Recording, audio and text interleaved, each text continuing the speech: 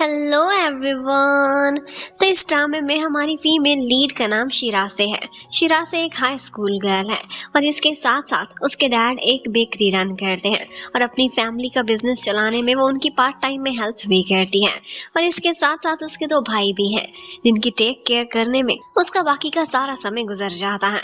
लेकिन फिर भी वो अपनी इस छोटी सी फैमिली के साथ बहुत खुश है क्योंकि यही तो उसकी मॉम का सपना था, अपनी बेकरी चलाना और अपने बच्चों की केयर करना। उसकी मॉम तो इस दुनिया से चली गई है, लेकिन अपनी मॉम की याद में वो ये सारी रिस्पॉन्सिबिलिटीज बहुत अच्छे से निभा रही है। एक दिन वो एज यूजुअल अपनी बेकरी में खड़ी हुई थी कि यहीं पर एक कस्टमर आता है जो कि वैसे तो उसका एक रेगुलर कस्टमर ही था और यही हमारे ड्रामे का मेल लीड भी है और उसका नाम है कुरुसाकी। उसे लगा था कि आज हमेशा की तरह से ये कोई ऑर्डर प्लेस करेगा, लेकिन ऑर्डर प्लेस करने की बजाय वो उससे कहने लगता है कि क्या तुम मुझसे शादी करोगी। वो तो हैरान हो जाती है, उसे लगता है कि शायद मुझे ठीक से सुन नहीं रहा, लेकिन वो रिपीट करता है और इसके साथ साथ उसे एक चेक बुक भी दिखाता है। बोलता है कि 1 बिलियन दूंगा, क्या तुम मुझसे शादी कर लोगी। अब ये सुनकर ना सिर्फ शिरासे बल्कि इधर उधर के कस्टमर भी हैरान रह जाते हैं। शिरासे नहीं चाहती थी कि यहाँ पर कोई सीन क्रिएट हो जाए, तो वो बैक डोर से उसे अपने ड्राइंग रूम में लेकर जाती है, उसे बिठाती है कि क्या आपका माइंड बिल्कुल ठीक काम कर रहा है, ये आप कैसी बात कर रहे हैं।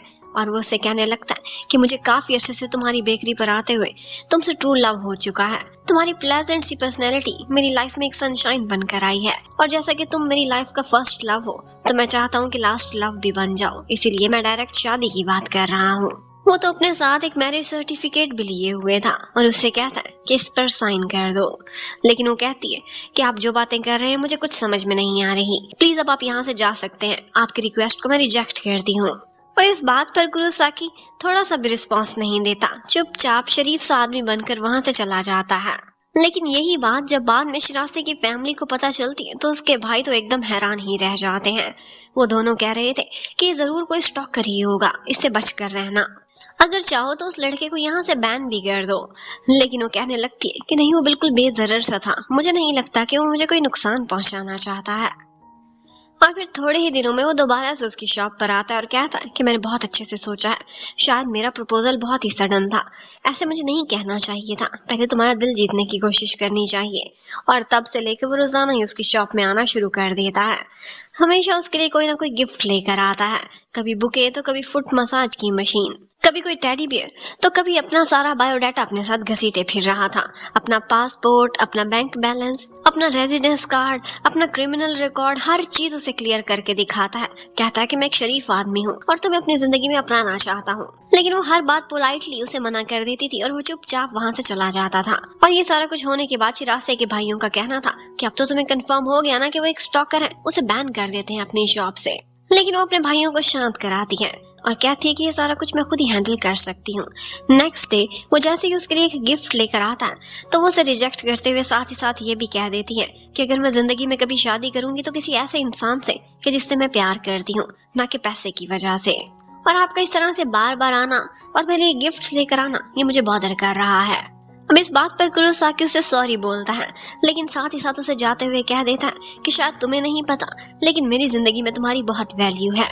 मेरी लाइफ में एक ऐसा पॉइंट आया था कि जब मैं कुछ लिख नहीं पा रहा था, इनफैक्ट वो बाय प्रोफेशन एक राइटर था, और बोलता है कि मुझे इंस्पिरेशन नहीं मिल रही थी, मैंने बहुत दिनों से कुछ खाया पिया नहीं था, मुझे पहली शॉप यही नजर आई तो मैं यहाँ आ गया। तुमने मुझसे इतने प्यार से बात की, मेरी केयर की, जब पता चला कि मैंने कुछ खाया नहीं है तो एक जबरदस्ती पॉरेज की रेसिपी भी मुझे लिख कर दी। तुम्हारे लिए शायद ये कुछ भी नहीं था, लेकिन मेरे लिए ये बहुत कुछ था, और तब से मैंने रोजाना तुम्हारी शॉप पर आना शुरू कर दिया। मुझे लगता था कि तुम्हारी स्माइल से मेरी लाइफ में एक इंस्पिरेशन आ रही है और मैंने बहुत अच्छा राइट करना स्टार्ट कर दिया। बेशक तुम्हारे लिए ये सडन होगा, लेकिन मेरे लिए नहीं है। और इसके साथ ही वो सॉरी करता हुआ वहां से चला जाता है। वेल, बेचारे कुरोसाकी का दिल तो बहुत बुरी तरह से टूट चुका था। इतने में उसका एडिटर फील करता है कि आज ये सैड है। वो एडिटर और उसका फ्रेंड भी था। उससे कहने लगता है कि तुम मुझसे शेयर कर सकते हो। वो बताता है कि ऐसे मुझे एक लड़की पसंद आ गई है, मैंने 1 बिलियन ले जाकर साथ में उसे प्रपोज किया। वो कहते ये क्या तरीका है, पैसे के साथ भी भला किसी लड़की को प्रपोज करते हैं। तो कुरोसाकी बेचारा इस सब में इतना भोला था कि कहने लगता है तुमने ही तो मुझे बोला था कि जब तुम्हारे पास 1 बिलियन आ जाएगा तो इसका मतलब है कि तुम एक आइडियल मैन बन चुके हो। और बस ये सुनते ही उसका फ्रेंड एक सस्ता सा लव गुरु बन जाता है और साथ ही साथ उसे बहुत सारी इंस्ट्रक्शंस देने लगता है। कहता है कि लव लाइफ में कोई भी मशवरा चाहिए तो मुझसे लो, मैं बहुत एक्सपीरियंस्ड हूँ और तुम शुक्र करो कि उस लड़की ने कहीं पुलिस को नहीं बुला लिया। वाल अब हमें शिरासे को दिखाते हैं। उसने काफी दिनों से कुरोसाकी को देखा नहीं था। वो सोचने लगती है कि पता नहीं वो ठीक ठाक होगा भी कि नहीं। और इतने में एक कस्टमर उसकी शॉप पर आता है जो कि काफी रूडली बिहेव कर रहा था और फिर जाते जाते उसे टक्कर मार के जाता है। इस समय जब वो गिरने वाली थी तो कोई आकर उसे संभाल लेता है और वो कोई और नहीं बल्कि कुरोसाकी ही था। और फिर उस कस्टमर को डांट कर कहता है कि अपोलोजाइज किए बगैर तुम नहीं जा सकते। और फिर इसके साथ ही वो शिरासे को कहता है कि यहाँ पर आने का मेरा इंटेंशन तो नहीं था, लेकिन बस दूर से तुम्हें देख रहा था चोरी छुपे। जब देखा कोई तुम्हें तंग कर रहा है तो आए बगैर रह ना सका। और फिर वहां से जाते जाते वो उसकी बेकरी की एक आइटम भी लेकर जाता है और कहता है कि गुड बाय, शादी हमारी आखिरी मुलाकात हो। अब जैसे ही वो चला जाता है तो शिरासे को बहुत बुरा फील होता है। वो उसके पीछे भागती हुई जाती है और कहती है कि किसी का मैरिज प्रपोजल एक्सेप्ट करने से पहले दोनों को एक दूसरे को जान तो लेना चाहिए। और यही सारा कुछ आपके केस में होता है कि हम शादी की बात करने से पहले सिर्फ फ्रेंड्स हो सकते हैं। फ्रेंड्स? कुरोसाकी को तो सुनकर लग रहा था कि शायद वो कोई सपना देख रहा है। वो तो तुरंत ही यस कर देता है। वैसे अभी तक शिरासे को पता नहीं था कि एक्चुअली कुरोसाकी है कौन। उसे तो सिर्फ यही लगता था कि एक नॉर्मल सा राइटर है, लेकिन इनफैक्ट उसका भाई आकर उसे एक फोटो दिखाता है जो कि ऑनलाइन पब्लिश हुई थी और कहता है वही कस्टमर है ना। और उसे मालूम पड़ता है कि वो कोई नॉर्मल सा राइटर नहीं है बल्कि उसके देश का सबसे बड़ा नॉवेलिस्ट है और इस वक्त उसे बहुत बड़ा अवार्ड भी मिल चुका है। सिर्फ इतना ही नहीं बल्कि उसके स्कूल की सारी गर्ल्स कुरोसाकी के लिखे हुए नॉवेल्स पढ़ती हैं और उसकी फैन है। जबकि दूसरी तरफ कुरोसाकी दोबारा से सस्ते लव गुरु के हत्थे चढ़ जाता है और उसे कहता है कि वो मुझे फ्रेंड बना चुकी है। इसका मतलब है कि कितनी अच्छी प्रोग्रेस हो गई है मेरी लव लाइफ में। लेकिन उसका फ्रेंड कहने लगता है पागल हो तुम, बिल्कुल प्रोग्रेस नहीं हुई, बल्कि ये तुम्हें रिजेक्ट करने का एक तरीका है।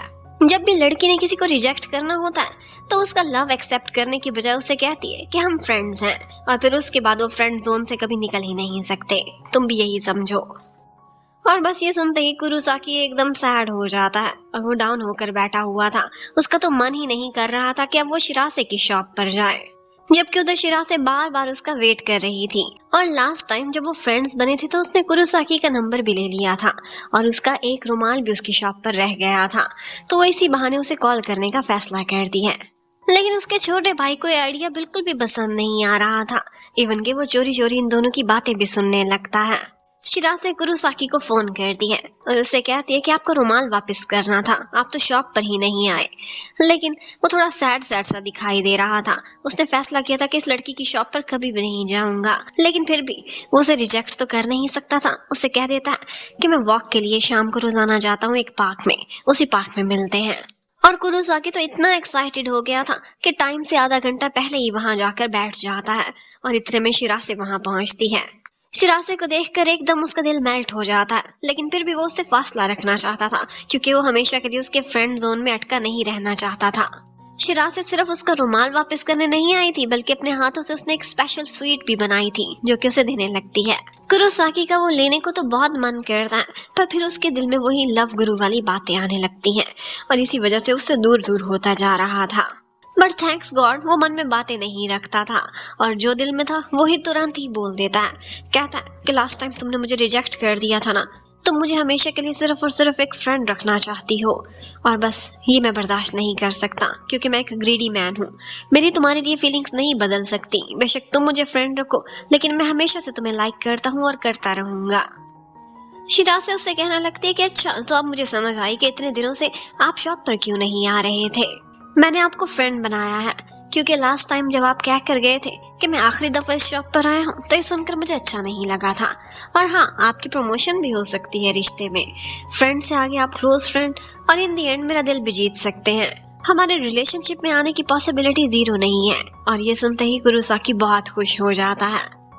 पर इससे पहले कि वो दोनों फ्रेंड्स इकट्ठे आउटिंग करते, वहां पर कोई और भी पहुंच जाता है और वो थे दोनों छोटे भाई जो कि शिरासे पर नजर रखने के लिए, उसकी सुरक्षा करने के लिए वहां पहुंचे हुए थे। इवन के छोटे वाले ने तो हाथ में तलवार भी पकड़ी हुई थी और वो तो कुरोसाकी को एक स्टॉकर समझकर उस पर हमला भी करता है, युद्ध का ऐलान कर देता है। पर थोड़ी देर जब उसके साथ खेलता है, फन करता है, तो उसे इतना मजा आता है कि वो स्टॉकर नहीं बल्कि उसका फ्रेंड ही बन चुका था।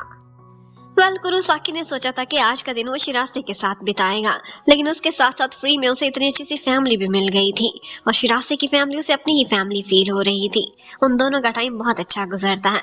इवन कि छोटे वाले भाई ने तो कुरोसाकी को अप्रूव भी कर दिया था, लेकिन अगर कोई प्रॉब्लम था तो भी बड़े भाई के साथ था।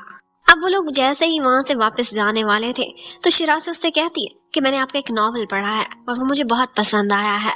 ये सुनते ही वो उसका हाथ पकड़ लेता है और कुरोसाकी उससे कहता है कि तुम्हें पता है क्या, वो नॉवल मैंने तुम्हें ही माइंड में रख के लिखा है। ये सुनते ही शिरासे हैरान रह जाती है कि वो नंबर 1 सेलिंग नॉवल मेरे पर बेस करता है। Oh my God, I am so lucky. और बस इसी के साथ ही कुरोसाकी उससे कहने लगता है कि तुम्हें लाइफ में कभी भी कोई प्रॉब्लम हो, कोई भी दिक्कत हो, कोई भी चीज चाहिए हो, बेशक तुम्हारी शॉप में क्यों ना हेल्पर की जरूरत हो, तुम सिर्फ एक दफा मुझे कॉल कर देना, मैं एक फ्लैश में उड़ता हुआ वहां पहुंच जाऊंगा। और बस शिरासे उससे कहने लगती है कि मिस्टर कुरोसाकी, तुम्हारा यही प्रॉब्लम है, हर चीज को तुरंत ही नेक्स्ट लेवल पर ले जाते हो। अब बस यही कहते हुए वो उसे डांट रही थी कि पास से गुजरता हुआ लव गुरु उन दोनों को देख लेता है और तुरंत ही कुरोसाकी को साइड पर करता है और कहता है कि जिसके लिए तुम्हारी फीलिंग्स थी वो यही लड़की है क्या? कहता है हाँ। ओ माय गॉड, ये तो मुझे माइनर लग रही है, ये एक हाई स्कूलर है और तुम इतने बड़े लड़के, तुम दोनों की जोड़ी नहीं बन सकती। और वो जालिम समाज की तरह उनके बीच आकर खड़ा हो जाता है। और तो और सिर्फ इतना ही नहीं, वो शिरासे की शॉप पर भी पहुंच जाता है और शॉप के थ्रू उसके घर तक और आकर उससे अपोलोजाइज करने लगता है। कहता है कि दिल का बुरा नहीं है, लेकिन कुरोसाकी वो एक बड़ा आदमी है और तुम एक हाई स्कूलर, मैं तुम दोनों का ये रिश्ता अप्रूव नहीं कर सकता और अगर इसने तुम्हारे साथ कुछ गलत बिहेव किया है तो मैं इसके बिहाफ पर तुमसे माफी मांगता हूँ। लेकिन शिरासे उससे कहने लगती कि बेशक मैं एक हाई स्कूलर हूँ, लेकिन मैं माइनर नहीं हूँ, मैं 18 ईयर्स की हो चुकी हूँ और मिस्टर कुरोसाकी ने मेरे साथ कुछ बुरा नहीं किया और आप कुछ गलत मतलब ना लें।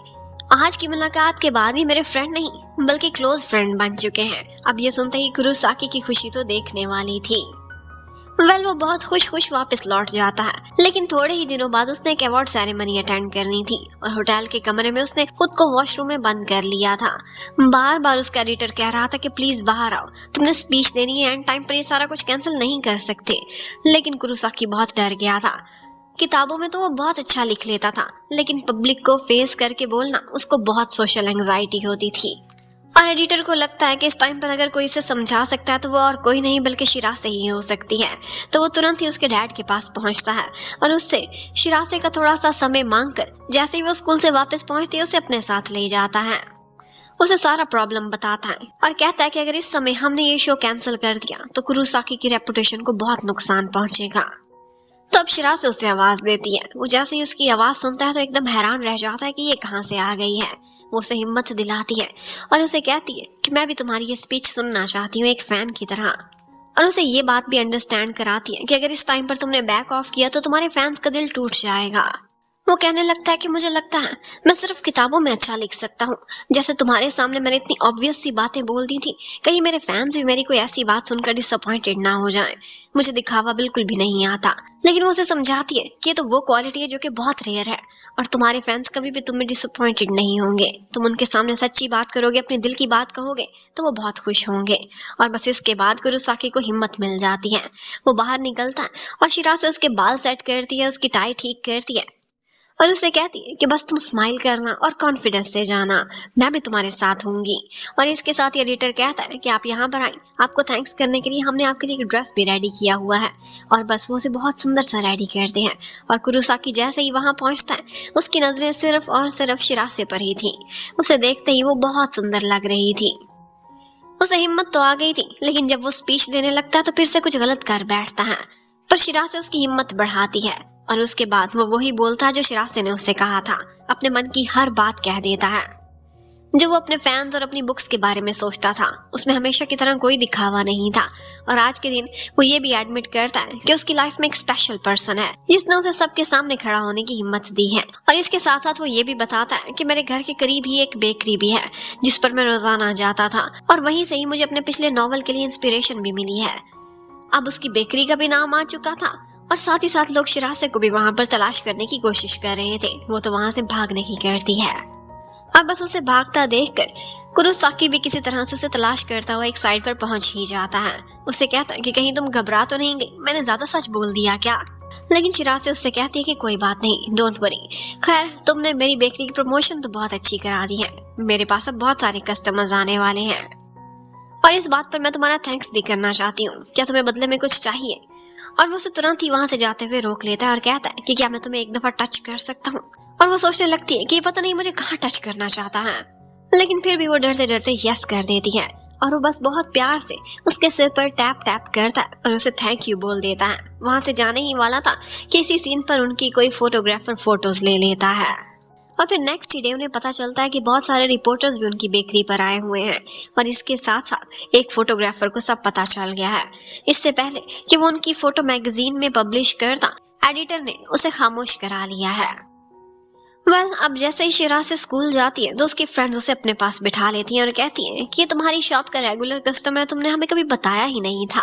और फिर शिराज़े उनको सारा सच भी बता देती है कि सिर्फ कस्टमर ही नहीं है बल्कि इसने तो मुझे प्रपोज भी किया हुआ है। अब एक दिन जब वो कहीं जा रही थी तो एक रिपोर्टर उसके पीछे पड़ जाता है, उसे कुछ फोटोज दिखाता है और अभी भी उसकी फोटोज क्लिक कर रहा था। वो तो एक तरह से उसे हरास कर रहा होता है कि वो यहाँ से भागते भागते गिरने वाली थी। कुरोसाकी उसे संभाल लेता है। उसे रिपोर्टर पर बहुत गुस्सा आता है, वो तो उसे मारना चाहता था, उसका कैमरा भी तोड़ना चाहता था, लेकिन शिराज़े कहती है कि मुझे वायलेंस से बहुत डर लगता है और शिराज़े की हर कही हुई बात उसके लिए बहुत इंपॉर्टेंट होती है। वो कहता है मैं इसे वैसे भी डील कर सकता हूँ, बस एक कॉल मिलाता है और फिर उसके बाद उस रिपोर्टर को कॉल आती है उसके एडिटर की तरफ से नहीं बल्कि उसकी कंपनी के प्रेसिडेंट की तरफ से, जो उसे कहता है कि तुम्हें तुरंत ही फायर किया जाता है। अब वो रिपोर्टर गुस्से में आ गया था। वहां से जाते जाते वो शिराज़े को टक्कर मार के जाता है और उसे बचाते बचाते कुरोसाकी गिर जाता है और उसके हाथ पर चोट लगती है, उसकी रिस्ट भी ट्विस्ट हो गई थी और शिराज़े ओवर एक्टिंग में एकदम क्वीन बन जाती है। कहती कि क्या मैं एम्बुलेंस बुलाऊं, क्या करूं, क्या मैं टैक्सी बुलाऊं, और फिर उसे तुरंत ही हॉस्पिटल भी लेकर जाती है। अब उसे पता चला था कि थोड़े दिनों ये राइड नहीं कर पाएगा, तो वो चोट के बदले कंपनसेशन के लिए उसके घर पर आया करती थी छुट्टी वाले दिन, उसकी राइटिंग में हेल्प करने के लिए।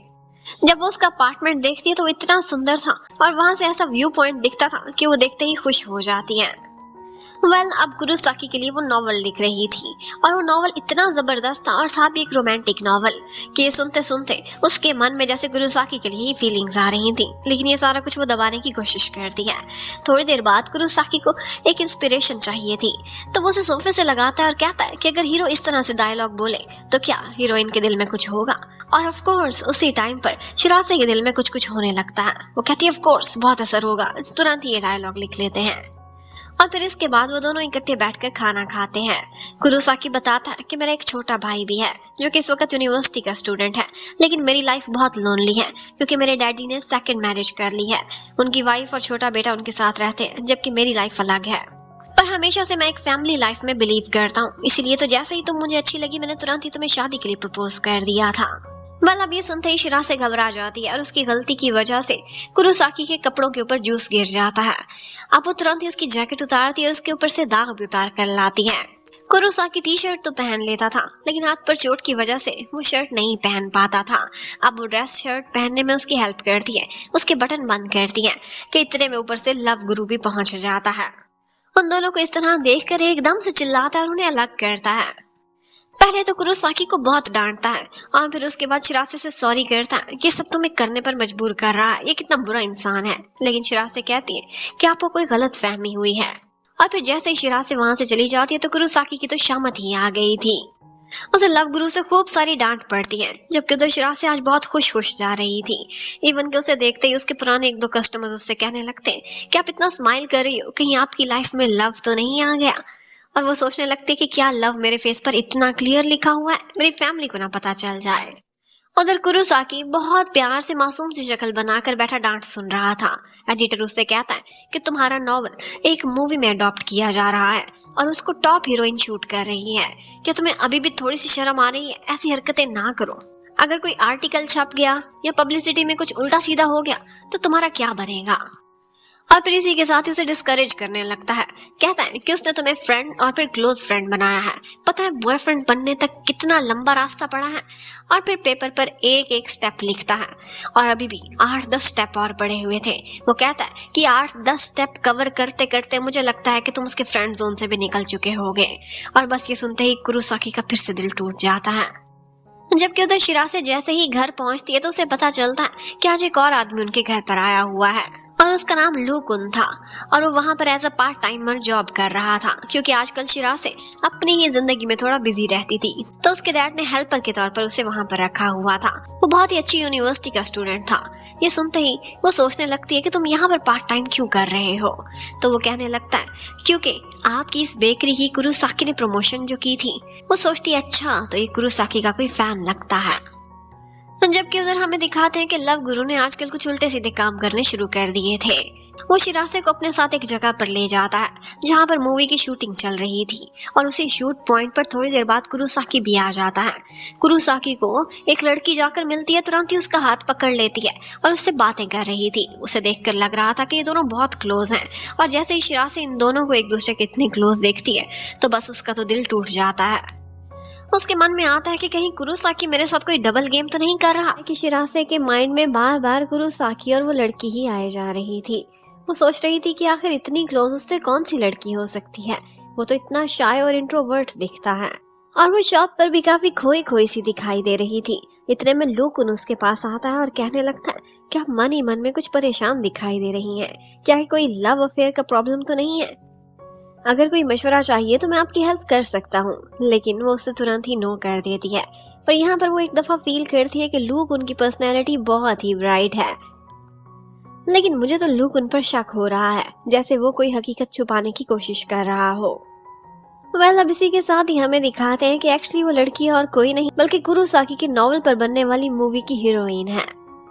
इनफैक्ट वो कुरुसाकी को जानती भी थी, उसकी काफी बड़ी फैन थी, उसके नॉवेल्स पढ़ती थी। तो 2-3 मुलाकातों में ही वो इतनी एक्सट्रोवर्ट थी कि कुरुसाकी से दोस्ती लगाने की कोशिश कर रही थी। और बस इन दोनों को इकट्ठे देखकर शिरासे ने कुछ मिसअंडरस्टैंड कर लिया था। उस फीमेल लीड का नाम आरिसो था। आरिसो फील करती थी कि जब भी वो करीब आती थी कुरुसाकी उससे दूर चला जाता था और यही बात वो उसके असिस्टेंट से भी करती है। लेकिन वो कहने लगता है कि एक्चुअली बहुत शाय टाइप का है, अगर ये किसी से घुलता मिलता है या फ्रेंडशिप करता है तो मेरे अलावा सिर्फ एक ही गर्ल है जिसका एक दफा इसने स्पीच में भी जिक्र किया था और आज वो आने भी वाली है यहाँ पर कुछ डिलीवरी करने के लिए। और फिर थोड़ी ही देर बाद शिरासे अपने शॉप की डिलीवरी लेकर वहां पर पहुंच जाती है। एक्चुअली उन लोगों ने शिरासे की शॉप से सारे क्रू मेंबर्स के लिए खाना ऑर्डर कराया था और यही देने के लिए वो वहां पर पहुंची हुई थी। जब वो कुरुसाकी को देखती है तो सोचने लगती है कि इस ड्रेस में कितना हैंडसम लग रहा है। और फिर जैसे ही शूट स्टार्ट होता है तो उस टाइम पर कुरुसाकी की तो हालत ही खराब हो जाती है।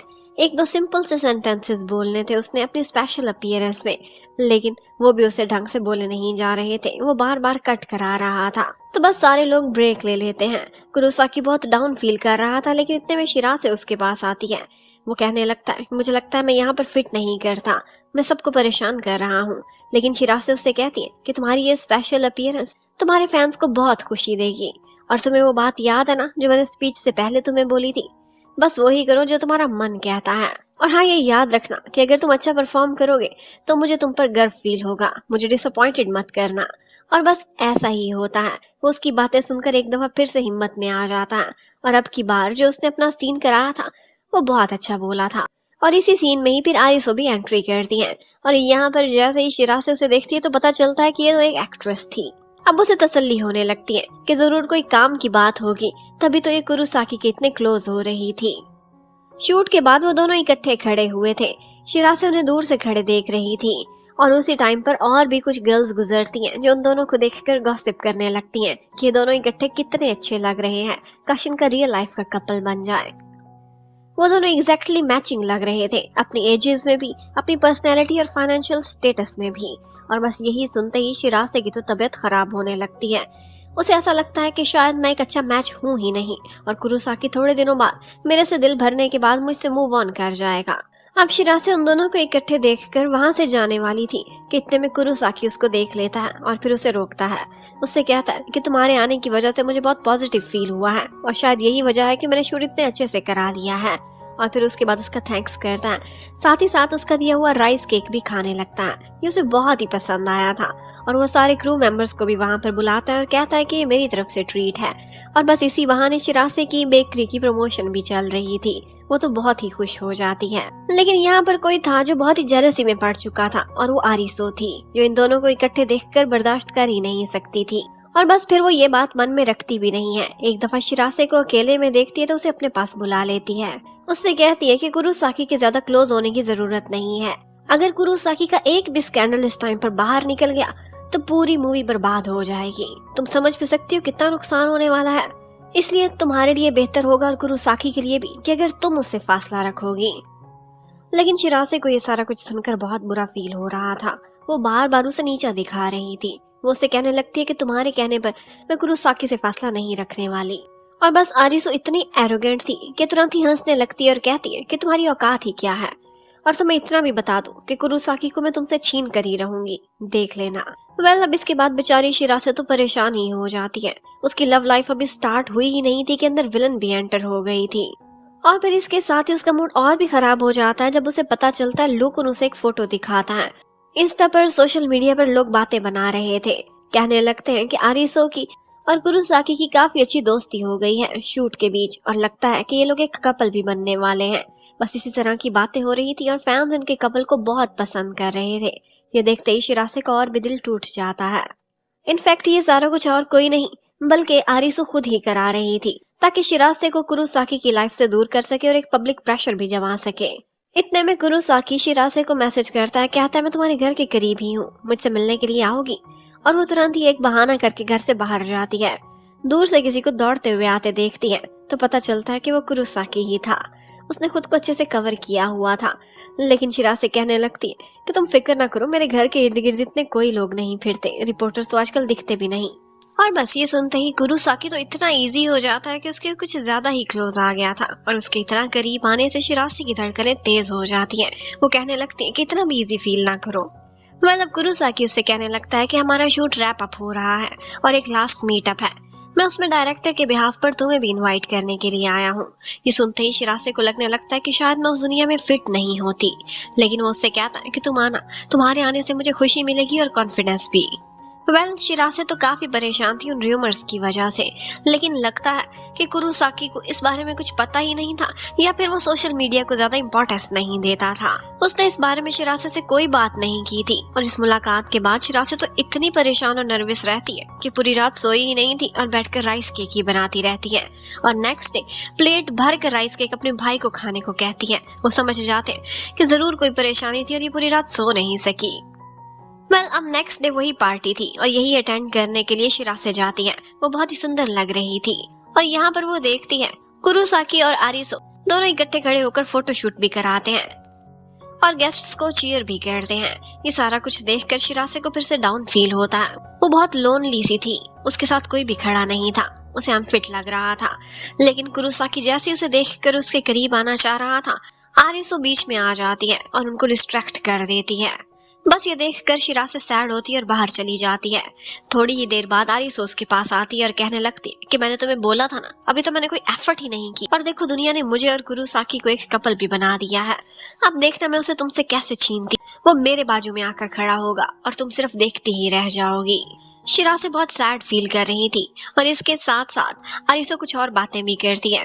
कहती है कि वैसे तो मैंने उसकी पर्सनैलिटी को देख लिया है, दूर से देखने में उसके नॉवेल्स, उसकी पब्लिसिटी सारा कुछ बहुत अच्छा लगता था। वैसे वो रिच और हैंडसम भी है, पर करीब से देखे तो उसकी पर्सनैलिटी बहुत बोरिंग है। पर फिर भी तुम्हारे से कंपटीशन में मैं उसे तुमसे छीन कर ही रहूंगी। शिरासे अपनी इंसल्ट बर्दाश्त कर सकती थी लेकिन कुरोसाकी की नहीं। इस बात पर वो उससे लड़ने लगती है और वो भी उसके ऊपर एकदम ड्रिंक फेंकने ही वाली थी कि बीच में कुरोसाकी आ जाता है। उसने शिरासे को बचा लिया था। आरिसो को लगा था कि शायद इसने हमारी बातें नहीं सुनी। वो झूठ बोलती है कि मेरे से गलती से ड्रिंक स्पिल हो गई थी और इसके साथ ही वो लोग अंदर जाते हैं। आरिसो उससे कह रही थी कि लोग हम दोनों को एक कपल समझते हैं तो क्यों ना हम आज कुछ अनाउंसमेंट कर दें, हमारी मूवी के लिए अच्छी होगी। कुरोसाकी अंदर जाता है, जो पहले इतना शर्माता था तुरंत ही अपने हाथ में माइक पकड़कर बड़े कॉन्फिडेंस से बोलने लगता है। कहता है कि मैं एक चीज पब्लिक करना चाहता हूँ।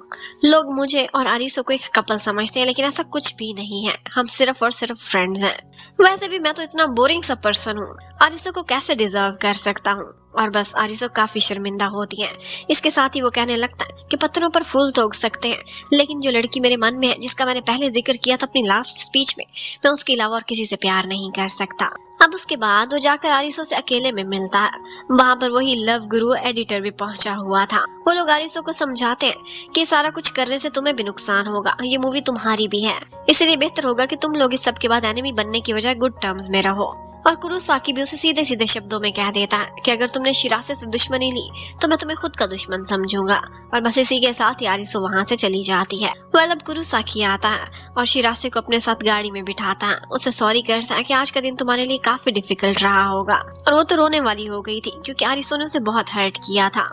इतने में कुरोसाकी उसे हक करता है और कहता है कि जब भी मुश्किल में हो तो मैं हूं ना, तुम मेरे शोल्डर पर लीन कर सकती हो। वो हर्ट थी क्योंकि वो खुद को और लोग भी उसे कुरोसाकी के काबिल नहीं समझते थे, लेकिन वो कहने लगता है कि अगर तुम मेरी रियल फीलिंग्स को देखो तो मेरी नजरों में प्यार तुम्हारे लिए ना कभी कम होगा और ना ही तुम्हारी रिस्पेक्ट। मैं हमेशा तुम्हारी ऐसे ही केयर करूंगा। अब यही वो मोमेंट था कि जेलसी की वजह से शिरासे को समझ आ गई थी कि उसकी फीलिंग्स बदल चुकी हैं। अब कुरोसाकी सिर्फ उसका फ्रेंड नहीं रहा बल्कि वो उसे लव करने लगी है। यही बात वो अपने फ्रेंड से शेयर करती है और उनसे कहती है कि मैं कैसे कन्फेस करूं। उसकी फ्रेंड बहुत अच्छे से उसकी ट्रेनिंग करती है और कहती है कि वैलेंटाइंस डे आने वाला है, उसे डेट पर बुलाओ।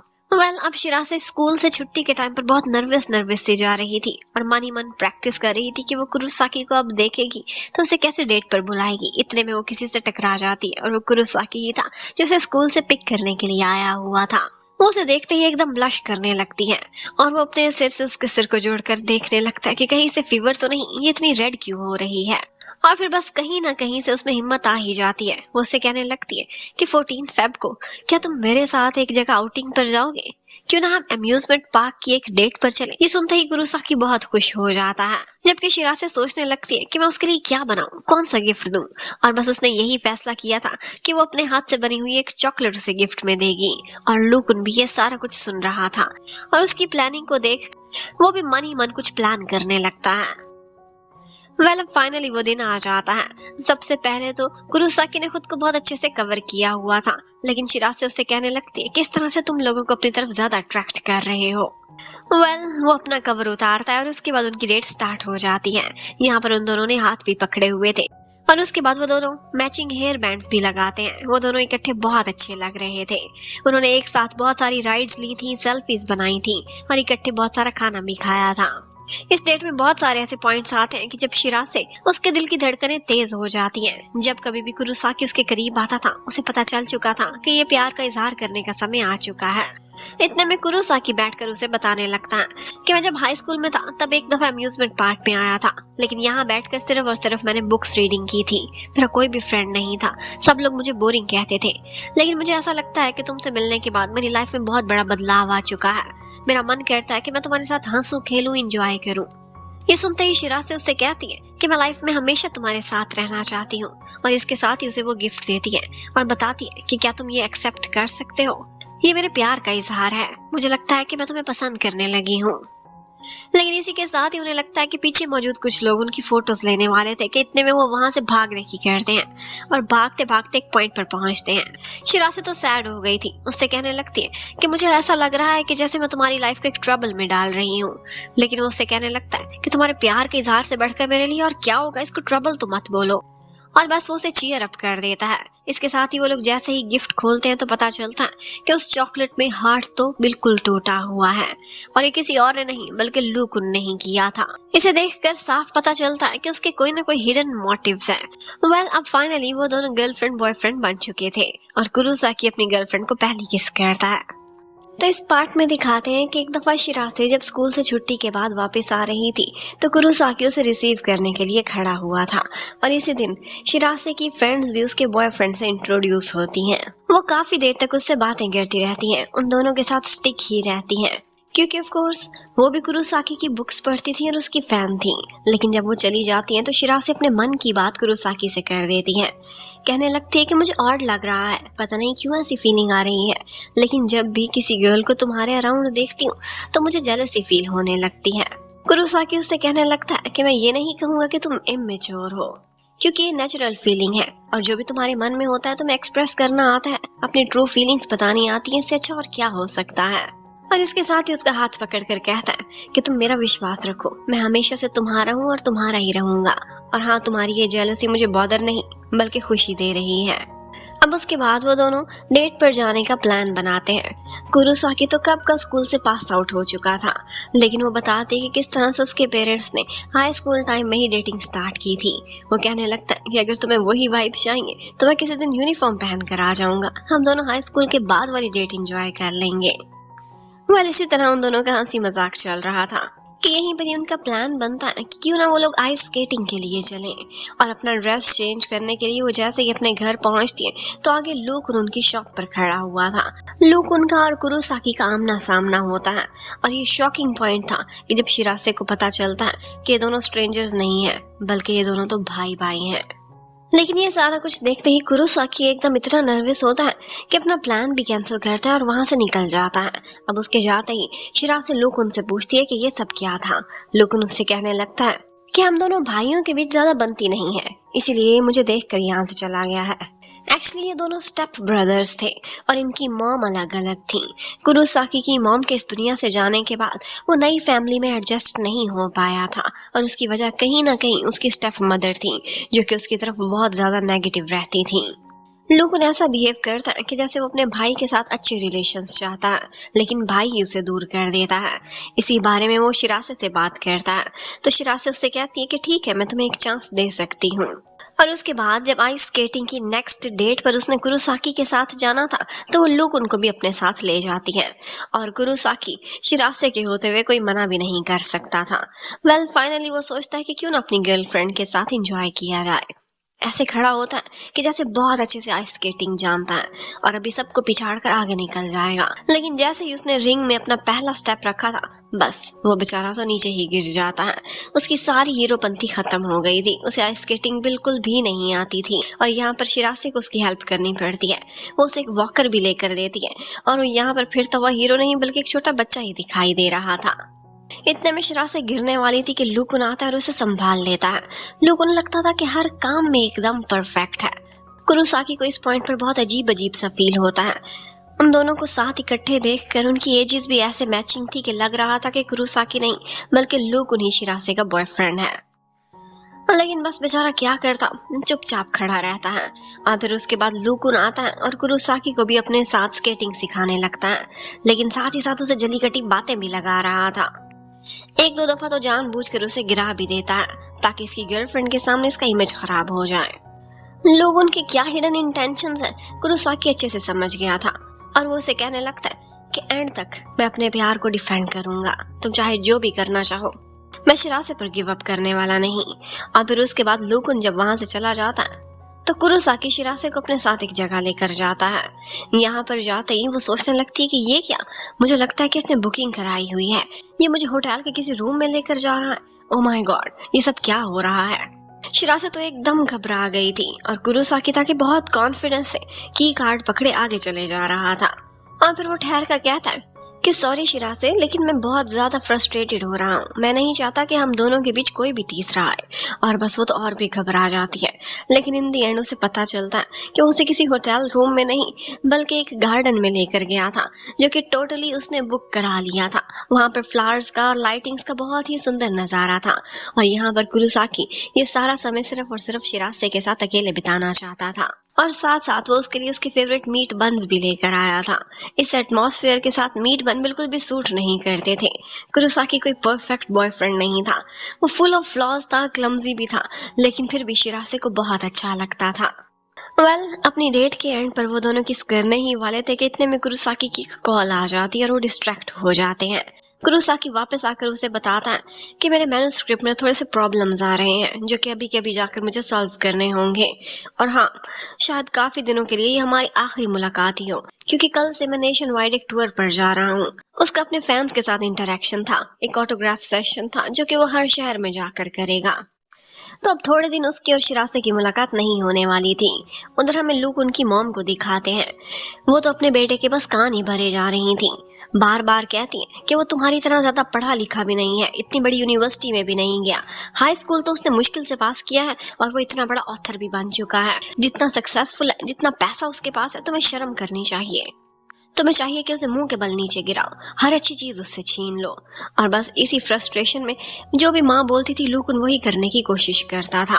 तो बस अब उसका यही मिशन था कि उसने शिरासे और उसकी फैमिली से ज्यादा क्लोज होना है। और उसे ऐसा लगता था कि शायद वो शिरासे को अपने भाई से छीन सकता है। वो बस अपने भाई की खुशियां उससे दूर करना चाहता था, क्योंकि उन दोनों के दिलों में नफरत पल रही थी। लूकन एक बहुत अच्छी यूनिवर्सिटी था और एक ब्रिलियंट साइंस स्टूडेंट था। वो ना सिर्फ शिरासे के भाई को भी मैथ्स में हेल्प किया करता था, बल्कि साथ ही साथ वो शिरासे को भी ऑफर करता है कि तुम्हारे स्टैंड अप्स हो रहे हैं, मैं तुम्हारी हेल्प करूंगा और आगे एंट्रेंस एग्जाम तक मैं तुम्हारी ट्यूटरिंग कर सकता हूँ अगर तुम चाहो तो। और शिरासे को और क्या चाहिए था। उसके डैड भी ये बात सुनते हैं और तुरंत ही लोग उनको उसका ट्यूटर बना देते हैं। कहते हैं कि शॉप को मैं देख लूंगा, तुम 1-2 घंटे मेरी बेटी को पढ़ा देना। अब कुरोसाकी को भी ये बात पता चल जाती है कि लूकुन आजकल शिरासे को पढ़ा रहा है और वो ना चाहते हुए भी इनसिक्योर फील कर रहा था, क्योंकि उस रात आइस स्केटिंग करते हुए जो उसने देखा था उसके बाद से लूकुन के इंटेंशंस तो बहुत क्लियर थे। अब एक दफा कुरोसाकी शिरासे को कॉल करता है। उस टाइम पर लूकुन उसे पढ़ा रहा था, उसे ये दिखाना चाह रहा था कि वो शिरासे के कितना क्लोज है और उसे कितने अच्छे से ट्यूटर कर रहा है। और फिर इन दी एंड उन दोनों की बात भी नहीं होने देता और उनका फोन भी काट देता है। वो एक तरह से थर्ड व्हील बन रहा था और ये बात कुरोसाकी ने भी फील कर ली थी, लेकिन वो शिरासे को उसकी ट्यूशन से मना कर नहीं सकता था, क्योंकि वो नहीं चाहता था कि उसके लिए एक बर्डन बने और ओवर पोजेसिव होकर शिरासे को खुद से दूर कर बैठे। लेकिन फिर फाइनली एक दिन वो भागता हुआ उसकी शॉप में आता है। शिरासे हैरान थी कि तुमने तो कल वापस आना था, आज ही लौट आए। वो कहता है कि तुम्हें देखने के लिए मैं बेचैन हो रहा था, तो एक दिन पहले की फ्लाइट ले ली और उसके लिए बहुत सारे गिफ्ट्स लेकर आया था। जिस शहर में जाता था शिरासे के लिए कोई ना कोई चीज जरूर खरीद लेता था। अब शिरासे कुरोसाकी को बताती है कि मेरे रिजल्ट्स बहुत अच्छे आ रहे हैं और हाँ, मैंने हायर स्टडीज के लिए अपने लिए क्या चूज करना है उससे रिलेटेड भी लूकुन मेरी हेल्प कर रहा है। उसके साथ कल मैंने कुछ जगहों पर विजिट के लिए भी जाना है। कुरोसाकी को ये सब सुनकर बुरा तो लग रहा था, जेलसी भी हो रही थी, लेकिन वो उसे मना नहीं करना चाहता था। बस वो उससे कहता है कि तुम आजकल लोग उनसे कुछ ज्यादा इम्प्रेस दिखाई दे रही हो। वो उसे कहने लगती है इस वजह से क्योंकि वो ऐसे शख्स का भाई है जो कि मेरे लिए बहुत इंपॉर्टेंट है। अब ये सुनते ही कुरोसाकी काफी खुश हो जाता है। अब जब टोक्यो में कुरोसाकी का ऑटोग्राफ सेशन था तो यहीं पर ही लोग उनके साथ शिरासे भी आई हुई थी। लोग उन तो कोई ना कोई सीन क्रिएट करना चाहता था, इसीलिए वहां पर आया था और इतनी ज्यादा वेटिंग लाइन देखकर जानबूझकर अपने भाई को यही दिखाता है कि हम लोग बाहर जा रहे हैं और मैं और शिरासे बहुत अच्छी सी टी एंजॉय करेंगे। बेचारा कुरोसाकी फिर से जेलस हो जाता है। लेकिन जैसे ही वो लोग वहां से बाहर जाते हैं तो लुक उनका एक फ्रेंड दिखाई देता है जो उससे बातें कर रहा था। कहता है कि अपने भाई का मुझे ऑटोग्राफ नहीं दिलाया ना, इसकी वजह यही है कि तुम अपने भाई से नफरत करते हो। मुझे मालूम है तुम अपने भाई की सक्सेस से कभी भी खुश नहीं हुए थे। ये सारा कुछ शिरासे भी सुन लेती है और वहां से लुक उनको भगाती हुई अपने साथ ले जाती है। लुक ऐसे मोमेंट पर बहुत ही डाउन फील करता है और उससे कहता है तुमने जाना हो तो खुद ही ऑटोग्राफ ले लेना, मैं अभी से ज्यादा अपने भाई की शक्ल नहीं देखना चाहता। लेकिन शिरासे उससे कहने लगती है कि तुम अपना बुरा इमेज मुझे दिखा रहे हो, लेकिन जहाँ तक मैंने तुम्हें देखा है तुम एक हार्ड वर्किंग और काइंड पर्सन हो, शायद तुम किसी के हाथों यूज हो रहे हो। अब लुक उन तो चला गया था और शिरासे ने जो ऑटोग्राफ लिया था वहां पर कुरोसाकी ने उसके नाम के साथ टू माई बिलव्ड डियर भी लिखा हुआ था। अब इन दी एंड कुरोसाकी काफी थक गया था और फिर शिरासे खुद उसे संभालती और उसके घर तक लेकर जाती है। काफी दिनों से वो बुक्स पर काम कर रहा था, ट्रिप पर था और ओवरवर्क कर बैठा था। वो शिरासे से कहता है कि क्या मैं तुम्हारी गोद में सर रखकर थोड़ी देर सो सकता हूँ, सिर्फ थोड़ी देर। और शिरासे उसे यस कर देती है। वो लेटता है और आराम से शांति से उसकी गोद में ही सोने की कोशिश कर रहा था और इतने में घर में कोई आ जाता है और वो लुको नहीं था। वो उन दोनों को इस तरह से इकट्ठे देखता है तो बहुत जेलस होता है और फिर वहां से निकल जाता है। अब कुरोसाकी ने किसी न किसी तरह तो भाई का मुकाबला करना ही था, तो वो ऐसा करता है कि जापानीज लैंग्वेज में शिरासे को ट्यूटर करने लगता है। उसका ये सब्जेक्ट भी काफी वीक था। अब साइंस सब्जेक्ट से लुकुन पढ़ाता था और लिटरेचर उसे अपना बॉयफ्रेंड पढ़ा रहा था। फाइनली कुरोसाकी ने किसी तरह से लुकुन को काउंटर तो किया ही हुआ था। लेकिन फिर नेक्स्ट डे लुकुन घर पर जानबूझकर कुरोसाकी को ये कहने लगता है कि कल मैं और तुम्हारी गर्लफ्रेंड एक विजिट पर जा रहे हैं, थर्ड व्हील बनकर साथ ना चिपक जाना। ये सुनते ही वो इतना जेलस हो गया था कि अपने आप को फुली कवर करे हुए उन दोनों पर नजर रखे हुए था। एक बाइक टकराने वाली थी कि लुकुन शिरासे को बचा लेता है। ये देखते ही कुरोसाकी से रहा नहीं जाता और वो वहां पर सीन क्रिएट कर बैठता है। अब वो लोग कहते हैं कि तुम इतना खुद को कवर करके क्यों फिर रहे हो, तो उस बेचारे को झूठ बोलना पड़ता है कि 1-2 रिपोर्टर्स देखे थे जो मेरे पीछे आ रहे थे। अब वो जैसे तैसे लूक उनको वहां से भेजता है और अपनी गर्लफ्रेंड के साथ वॉक करने चला जाता है। कुरोसाकी उसे हक करता है और कहता है कि मैं ओवर पोजेसिव हो रहा हूँ, लेकिन तुम्हें डिस्टर्ब भी नहीं करना चाहता। तुम्हारे फाइनल्स करीब हैं, तब तक मन लगा के पढ़ना, उसके बाद हमारी अगली मुलाकात होगी। लूक उन्हें एक दफा होटल मैनेजमेंट से रिलेटेड शिरासे को एक जगह विजिट कराने ले जाता है और यहीं पर ही कुछ बातों से उसे अपनी मम्मी की याद आती है, वो रो पड़ती है। लूक यही बात जाकर कुरोसाकी को बताता है, कहता है कि मुझे उसके आंसू साफ करने पड़े थे और बस इतना समय उसके साथ गुजारने के बाद मुझे लग रहा है कि जैसे मैं शिरासे को लाइक करने लगा हूँ। अब ऐसा लग रहा था कि दोनों भाइयों के बीच टग ऑफ वॉर हो रही है एक गर्ल को लेकर। कुरोसाकी बहुत अपसेट हो जाता है। शिरासे को ये बात बताना तो चाहता था, लेकिन फिर सोचता है कि उस बेचारी के एग्जाम्स पर इफेक्ट ना हो। वो कहना भी चाहता था और कह भी नहीं पाता था, इसलिए थोड़ा अजीब ही बिहेव कर रहा था। शिरासे फील करती है और उससे पूछने की भी कोशिश करती है, लेकिन वो बात को टाल देता है। वो नाराज होकर चली जाती है कि तुम मुझसे कुछ छुपा रहे हो, और फिर वो उसके पीछे दौड़ता हुआ आता है और उससे कहने लगता है कि तुम लोग उनके जितना क्लोज जा रही हो, मैं रेस्टलेस फील करता हूँ। मुझे ऐसा लगता है कि तुम मेरी सबसे इम्पोर्टेंट चीज हो और कोई मुझसे ये छीनने के लिए जा रहा है। अब पता नहीं है सुनने के बाद तुम मुझे छोड़ ना जाओ कि मैं ओवर रिएक्ट कर रहा हूँ। लेकिन शिरासे उसे समझ जाती है और कहती है कि मैं जेलसी को समझ सकती हूँ। जब आरिसो तुम्हारे क्लोज आती थी, तुम दोनों के बीच कुछ भी नहीं था, लेकिन मैं भी जेलस फील करती थी, इसलिए ये नेचुरल है और मैं तुम्हें जज नहीं कर रही। अब फाइनली शिरासे के स्टैंड अप्स हो जाते हैं। वो काफी अरसे से लुक उनको नहीं देख रही थी, तो वो उसके स्कूल के बाहर आता है और उससे कहता कि मैंने तुम्हारे लिए एक स्वीट डिश प्रिपेयर की है, क्या हम दोनों इकट्ठे हमारे घर पर चलें? कुरोसाकी भी वहां पर होगा। लेकिन वो जैसे ही पहुंचती है तो कुरोसाकी तो वहां पर था ही नहीं। वो तो बहुत एक्साइटेड थी एग्जाम के बाद उसे देखने के लिए। तो कुरोसाकी का वेट करते हुए वो लूक उनसे कह देती है कि आई थिंक मुझे तुम्हारी ट्यूशन की अब जरूरत नहीं है, मैंने इंडिपेंडेंट होने का फैसला किया है। तुमने जितनी मेरी हेल्प की उसके लिए थैंक्स, लेकिन एंट्रेंस एग्जाम तक अब मैं खुद ही खुद की प्रेपरेशन करूंगी। लुकुन उससे कहने लगता है कि समझ गया, मेरे भाई ने कोई उल्टी सीधी बात की होगी ना तुम्हें, वो है ही ऐसा। वो उसके बारे में बुरी भली बातें बोलता है और कहता है कि तुम्हें फायदा हो रहा है और वो तुम्हारे फ्यूचर के बारे में नहीं सोच रहा और स्वार्थी हो रहा है कि वो एज में तुमसे काफी बड़ा है, तुम्हारे लिए सूटेड नहीं है। जिस तरह से हम दोनों कंपैटिबल हैं, वो तुम्हारे साथ कंपैटिबल हो ही नहीं सकता। इसके साथ ही लुकुन उनसे कहता है कि सब स्टार्ट कैसे हुआ तो मुझे नहीं पता, लेकिन अब मैं तुमसे प्यार करता हूँ। शिरासे खड़ी होती है और कहती है कि मैं तुम्हारे भाई की गर्लफ्रेंड हूँ और मैं उसी से प्यार करती हूँ। और इतने में लूक उनको एक कॉल आती है और वो थी उसके भाई कुरोसाकी की, जो उससे कहने लगता है कि मैं तुमसे कुछ बातें क्लियर करना चाहता हूँ, क्या तुम घर पर हो? और इतने में पीछे से उसे शिरासे की आवाज आ जाती है। ये सुनते ही वो परेशान हो जाता है कि ये दोनों घर पर अकेले हैं और इसके साथ ही लूकुन अपने फियर्स मूड में आ चुका था। वो कुरोसाकी से कहता है कि अगर तुम आना चाहते हो तो आ जाओ, कितना समय लगाओगे? हाँ, तुम्हारे आने से पहले मैं कोई ऐसी चीज तुमसे छीनने वाला हूँ जो तुम्हारे लिए सबसे ज्यादा इम्पोर्टेंट है। और ऑफ कोर्स वो शिरासे ही थी। कॉल काटते ही कुरोसाकी अपने घर की तरफ भागता है, जबकि लूकुन शिरासे के करीब आ रहा था। वो उसके बहुत क्लोज आ जाता है, उस पर हाथ डालने ही वाला था कि इतने में उसे ख्याल आता है कि ये सब गलत है। वो पीछे हट जाता है और कहने लगता है कि मैंने बुरा बनने की कोशिश तो बहुत की है, लेकिन आई एम सॉरी, मैं ऐसा हूँ नहीं। ये सब नाटक करते करते मुझे तुमसे वाकई प्यार हो चुका है और मैं तुम्हें हर्ट नहीं करना चाहता। शिरासे भी उससे कहने लगती है कि तुम्हें क्या लगा था कि मुझे पता नहीं चलता कौन एक अच्छा इंसान है और कौन बुरा? तुम जो भी कर रहे थे शायद बदले की आग में कर रहे होगे किसी के कहने पर, लेकिन मैंने फील किया है कि तुम एक हार्ड वर्किंग और काइंड पर्सन हो। मैंने और मेरी फैमिली ने तुम्हारे साथ काफी समय बिताया है और हमें तुमसे नेगेटिव वाइब्स नहीं आई। अब लूकुन भी शांति से बैठ जाता है और कहने लगता है कुरोसाकी कभी भी एक ब्रिलियंट स्टूडेंट नहीं था। उसने हाई स्कूल बहुत मुश्किल से पास किया था और मैं स्टार्ट से ही A+ ग्रेड वाला स्टूडेंट था। मेरा बहुत बड़ी यूनिवर्सिटी में एडमिशन भी हो गया था, लेकिन जब मैंने देखा और मेरी मॉम ने ये फील किया कि कुरोसाकी एक ऑर्डिनरी सा पर्सन होते हुए भी इतना बड़ा टॉप स्टार बनता जा रहा है, तो यहीं से ही हमारी जेलसी स्टार्ट हो गई।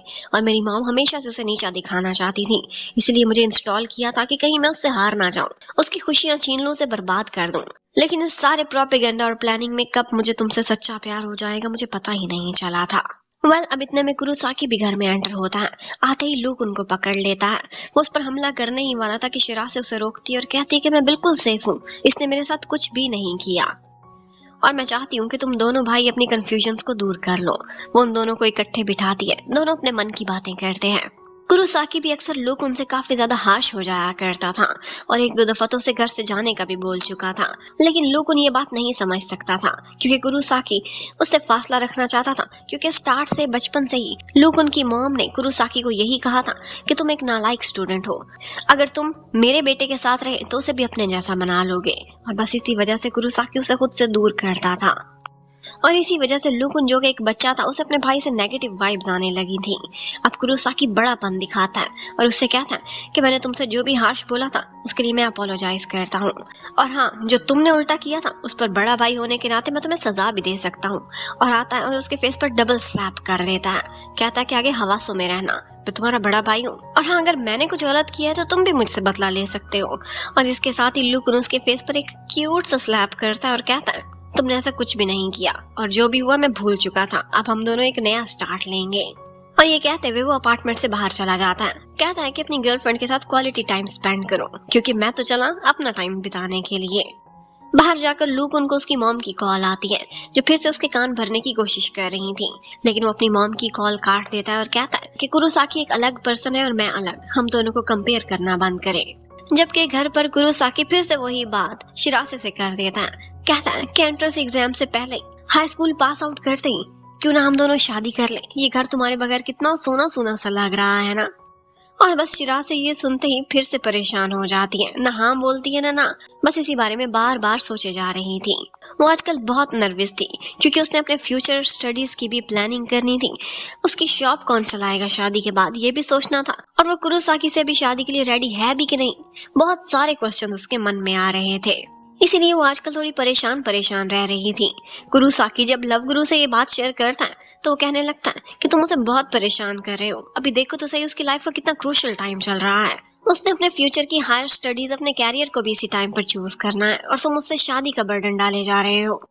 शादी के बाद फैमिली, बच्चे, माँ बनकर वो क्या क्या करेगी, तुम कुछ तो सोचो। और कुरोसाकी को समझ आती है कि वाकई वो प्यार में कुछ ज्यादा ही सेल्फिश हो रहा था। और बस शिरासे बेचारी इतना ज्यादा सोचती है कि एक दिन तो वो बेहोश ही हो गई थी। जब उसकी आंख खुलती है तो उसे ऐसा लगता है कि जैसे उसकी मॉम उसके पास है, लेकिन वो सिर्फ एक सपना था, उसकी मॉम उसे छोड़कर चली गई थी। लेकिन जब वो जागती है तो उसके सामने कुरोसाकी बैठा हुआ था। कुरोसाकी और शिरासे का भाई दोनों मिलकर शिरासे के लिए पॉरिश बनाते हैं और यहाँ पर भाई उसे एक बात बताता है, कहता है कि मेरी मॉम भी बहुत ओवरवर्क किया करती थी और शिरासे एक दिन खेलने के लिए चली गई थी, उसने मॉम की हेल्प नहीं की थी शॉप पर, मॉम कोलैप्स होकर गिर गई थी और अकेले होने की वजह से काफी देर बाद जब शिरासे पहुंची थी तो तब तक उनको रेस्क्यू नहीं किया जा सका था। शिरासे खुद को ब्लेम देती है अपने मॉम की डेथ का, और आजकल इतनी टेंशन है और मुझे लगता है कि वो कंफ्यूज हो गई है, वो भी कोलैप्स हुई है, मुझे मॉम याद आ रही है, शिरासे के साथ भी कुछ ऐसा ना हो जाए। और बस कुरोसाकी जाता है, शिरासे को पहले खाना खिलाता है और उससे कहता है कि मैंने तुम्हें जो प्रपोज करने वाली बात की थी वो भूल जाओ, मैं तुम पर कोई बर्डन नहीं डालना चाहता, तुम अपनी लाइफ के इम्पोर्टेंट फैसले लो और मैं तुमसे फासला रखूंगा जब तक तुम एक कैरियर चूज नहीं कर लेती। मैं तुम्हारे लिए बर्डन नहीं बल्कि तुम्हारी सपोर्ट बनना चाहता हूँ। और फिर उसके बाद से कुरोसाकी ने उस शॉप में आना जाना बंद कर दिया था। और शिरासे, वो तो कुरोसाकी के बगैर बहुत लोनली फील करती थी, स्माइल करना चाहती थी लेकिन फेस पर स्माइल ही नहीं आ पाती थी। और कुरोसाकी भी अपने आप को काम में बिजी रखता था, काफी दिन से उसने तो कुछ खाया पिया ही नहीं था। एक तरफ उसका एडिटर और साथ में लुकुन दोनों मिलकर उसके लिए परेशान हो रहे थे कि इतने ओवरवर्क की वजह से कहीं ये बीमार ना पड़ जाए। और एडिटर कहने लगता है कि मैंने सोचा भी नहीं था कि एक दिन तुम भी मेरे साथ बैठकर अपने भाई के लिए परेशान हो रहे होगे। वह अब काफी कुछ बदल चुका था। एक दिन कुरोसाकी आता है स्कूल में कुछ बुक्स को डोनेट करने के लिए, लेकिन उसे लगा था कि शिरासे के तो फाइनल्स हो चुके हैं, वो वहां पर नहीं होगी। उसे अचानक से अपने सामने खड़ा देखकर वो तो इतना परेशान होता है कि एक दफा गिर ही जाता है। पर शिरासे आगे बढ़ती है, उससे बात करती है और कहती है कि क्यों ना मैं तुम्हें अपने स्कूल का विजिट कराऊं, और उसे अपने साथ ले जाती है। सबसे पहले तो उसे बास्केटबॉल खिलाने के लिए लेकर जाती है और यहाँ पर भी वो गिर जाता है। कुरोसाकी कहने लगता है कि मैं थोड़ा क्लमजी हूँ, क्या तुम्हें बुरा नहीं लगता? लेकिन शिरासे कहती है कि मुझे तुम क्लमजी भी बहुत अच्छे लगते हो। काफी दिनों बाद उनकी मुलाकात हुई थी, एक दूसरे से मिलने के बाद वो दोनों ही खिल उठते हैं। शिरासे उसे बताती है कि मैंने अपने लिए क्या चूज किया है और कुरोसाकी भी उसे बताता है कि इतने दिनों में मैंने कितने सारे नॉवेल्स लिख लिए हैं। और फिर फाइनली उनकी ये डेट ओवर होती है। जाने वाला था कुरोसाकी कि शिरासे उसे रोकती है और कहती है कि आई एम सॉरी, ये इम्पॉसिबल है। उसे लगा था कि मेरे प्रपोजल को इनकार कर रही है, लेकिन वो कह रही थी कि इम्पॉसिबल है कि मैं तुम्हारे प्रपोजल को भूल जाऊं। मैं अपनी फैमिली के लिए जी रही थी, लेकिन जब तुम आए तुमने मुझे प्रपोज किया और उसके बाद मेरी इतने दिनों इतनी केयर की, तो मुझे लगा कि जैसे मेरा भी कोई ख्याल रखने वाला है। तुमने मुझे जीने का एक नया मकसद दे दिया। मैं दूसरों के लिए जीती थी और तुम मेरे लिए जी रहे थे। कोई केयर करने वाला पार्टनर हो तो उसे छोड़ना नहीं चाहिए। और इसके साथ ही वो उसके प्रपोजल पर उसे यस कर देती है। कुरोसाकी ये सुनते ही बहुत खुश हो गया था और यहाँ पर फाइनली वो दोनों एक हो चुके थे। अब उसके बाद कुरोसाकी जाता है और शिरासे के डैड से उसका हाथ मांगता है। उसके डैड कहते हैं कि तुम्हारे आने के बाद मेरी शिरासे की लाइफ में बहुत बदलाव आया है और मैं तुम दोनों के रिश्ते को अप्रूव करता हूँ। अब जैसे ये सुनना था कि दीवार के पीछे से उसके दोनों छोटे भाई भी निकल आते हैं और छोटे वाला तो पहले ही कुरोसाकी का बहुत बड़ा फैन था। गोद में आता है और उससे कहता है, जीजू मैंने तो आपको पहले ही दिन अप्रूव कर दिया था। अब इसके बाद कुरोसाकी जाता है और शिरासे की मॉम के मेमोरियल के सामने बैठकर उनसे वादा करता है कि मैं आपकी बेटी की बहुत केयर करूंगा। आप सामने होती तो मैं आपका थैंक्स करता क्योंकि आपने एक वंडरफुल बेटी को जन्म दिया है। और उसने अपने हाथ से राइस बॉल्स भी बनाए थे और ये देखते ही शिरासे बहुत हंसती है कि तुम्हारे राइस बॉल्स देखकर जरूर मेरी मॉम ऊपर खुश हो रही होंगी। और फिर उसके बाद सारी फैमिली इकट्ठे बैठकर खाना बनाती है और वो लोग इकट्ठे खाना खा रहे थे। कुरोसाकी भी उन्हीं की फैमिली का एक हिस्सा बन चुका था। और बस इसी के साथ इस ड्रामे की हैप्पी एंडिंग हो जाती है। Thank you for watching. Bye bye.